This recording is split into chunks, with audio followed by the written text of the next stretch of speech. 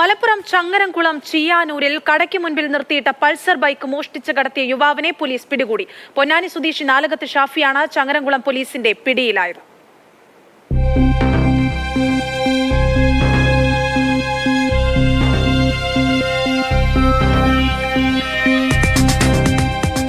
കഴിഞ്ഞ ശനിയാഴ്ച പുലർച്ചെ 3 മണിയോടെയാണ് ചിയ്യാനൂരിൽ ലൈറ്റ് ആൻഡ് സൗണ്ട് സ്ഥാപനം നടത്തുന്ന ഷറഫുദ്ദീന്റെ ബൈക്ക് മോഷണം പോയത്.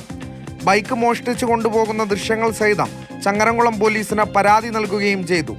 തുടർന്ന് പോലീസ് പ്രദേശത്തെ മറ്റു CCTV ക്യാമറകൾ പരിശോധിച്ച് നടത്തിയ അന്വേഷണമാണ് പ്രതിയെ കണ്ടെത്താൻ സഹായകമായത്. പൊന്നാനിയിൽ നിന്നാണ് അന്വേഷണ സംഘം നാലകത്ത് ഷാഫിയെ പിടികൂടിയത്. മോഷണം പോയ ബൈക്കും കണ്ടെത്തിയിട്ടുണ്ട്. മോഷണം, കഞ്ചാവ് വിൽപ്പന തുടങ്ങിയ 10ലധികം കേസുകളിൽ പ്രതിയാണ് പിടിയിലായ ഷാഫിയെന്ന് അന്വേഷണ ഉദ്യോഗസ്ഥർ പറഞ്ഞു.